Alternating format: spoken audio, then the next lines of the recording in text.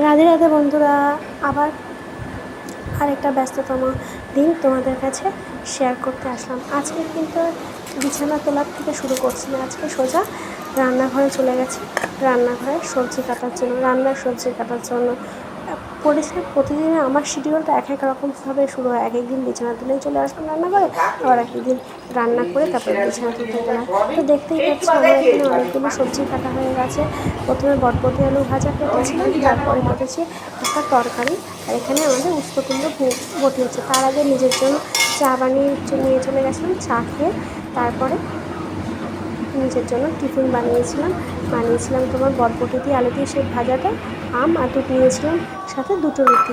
তারপর একটু ভাবছিলাম মাছের ঝোল করব, তাই আদা বেটে নিলাম। আদাটা ছিল না যেহেতু বাটা, তাই পাটায় আদা বেটে নিলাম। অল্প আদা তো মিক্সিতে বাটা হবে না, অল্প জিনিস না দেখবেন মিক্সিতে বাটা হয় না।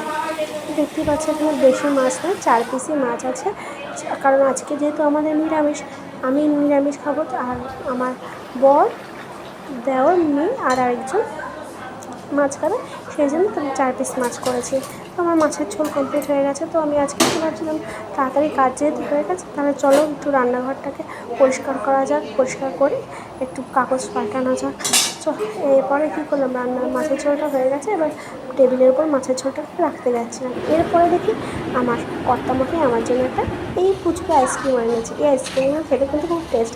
তো আমি মাঝে মাঝে এই রান্না করে তাকগুলো এক এক করে না, সপ্তাহে কি বা 2 সপ্তাহে একদিন করে কাগজগুলো পাল্টাই। এতে দেখতে রান্নাঘরের তাকগুলো পরিষ্কার থাকে, আর কাগজ পাল্টালেও বেশ ডেকোরেশনটাও ভালো লাগে।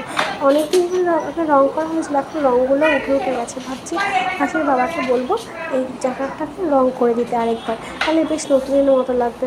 তো কাগজ পাল্টানো আমার মোটামুটি কমপ্লিটই হয়ে গেছে। এরপরে এখানে যে জিনিসপত্রগুলো আছে সব গুছিয়ে রাখবো। আজকে এটা করলাম, অন্যদিন উপরের আর নিচের তাকগুলো করে ফেলে দেবো। এবারে এই হাঁড়িটাকে রেখে দিলাম এখানে। এরপর এখানে যা এখানে মেনলি আমার রুটি বেলনি, তারপর চাটু, আরও যা আছে ছোটো ছোটো জিনিস, হাতা খুন্তি বলো, এখানে সব রেখে দিই গুছিয়ে। আর ওপরের তাকে তোমার মশলাপাতি কিছু থাকে, আর এই দিকে বাঁ সাইডে তোমার ডান সাইডের তাকে মশলাপাতি কিছু রাখে। সব তো এক জায়গায় রাখা সম্ভব নয়, আসলে আমাদের রান্নাঘরটা অনেক ছোটো। আর এখানে আরেকটা জিনিসও রাখি, আমার কেক বানানোর সামগ্রী যেগুলো আছে সব, স্প্যাচুলা বলো, তারপর হুইস্কার, সব এখানে আমি গুছিয়ে রাখি। যে মেজারমেন্ট কাপগুলোকে আমি এখানে গুছিয়ে রেখে দিলাম। এরপরে বিকেল হয়ে গেছিলো। বিকেলবেলা আমি একটু বৃষ্টি হয়েছিল যেহেতু, তারপরে বেরিয়ে পড়েছিলাম রাস্তায়। একটু রাস্তাঘাটে হেঁটে তারপরে আমি আমার ব্লগটাকে এখানেই শেষ করলাম। টাটা বন্ধুরা, গুড বাই, আবার দেখা হবে।